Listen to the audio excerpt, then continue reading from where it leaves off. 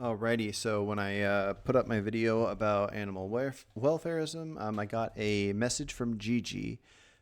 Gigi says, the message sent by focusing on welfare is that it's okay to exploit and commodify animals as long as we do it a certain way. Most non-vegans either aren't aware of how animals are treated in factory farms or say they disagree with it. Those that disagree with it feel they can't do much about it, cost, convenience, or claim that the products they consume are from farms that have higher welfare. They don't want to stop eating animal products. They just want to say they just want ways to feel better about it. Let's see. All that you're doing if you promote welfare is preserving the status quo for people's attitudes. I don't see how we will ever see a vegan world following that route. You may improve the lives of animals, but you aren't improving their chances of freedom. If anything, you could be making them worse. Okay, and then I sent a reply to that. Let's see. I'm just going to jump around. I basically used the example saying it's like talking about female genital mutilation in Islamic countries.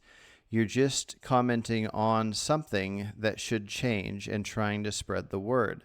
But talking about that doesn't mean that you're okay with forcing women to cover up their faces or stoning them to death. It just means, where'd it go? You're sharing the topic with others that might be willing to stand up against it. And then Gigi responded saying, I'm not sure if I get your comparison. You wouldn't campaign to make female genital mutilation better welfare. You'd be campaigning for it to be abolished. Let's see. Same with all those things.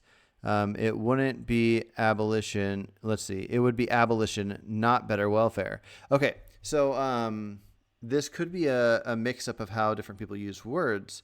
But when I talk about things about making it illegal to brand a cow or tail docking or clipping beaks of chickens or cutting tails of pigs and all these things, that's usually referred to as welfare. Which makes sense because it's not the abolition of raising and killing animals.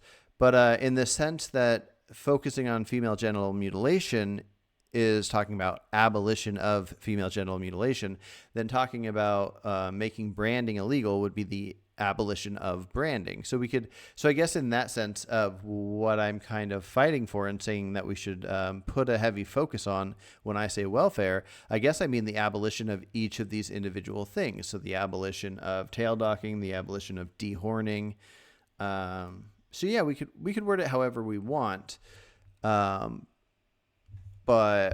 yeah, that's just kind of my point is that I think I've said this before, but we're kind of so pampered with such good laws that right now, for the most part, depending on where you live, but let's just say the U.S., the only laws that really seem to have any like wild negative effect are when it comes to animals. And so us people that have been pampered with these laws and, nobody's legally allowed to tap you on the shoulder, so we're pretty much covered in all areas. So we're not used to what it's like to fight for individual human freedom or rights or anything like that. And so when we look at the situation with animals, we go like, oh, all these horrible things are happening, but none of them should happen. Nobody should even eat an animal, so nobody should raise and kill an animal. So we just want to fight for a full vegan world. And we forget that all these individual things are happening and we can actually stop them. So yeah, that's what I got to say about that. So, yeah, if you like the video, hit like. If you want to see more, hit subscribe, ring a bell, that kind of thing. See you guys in the next one. Take care.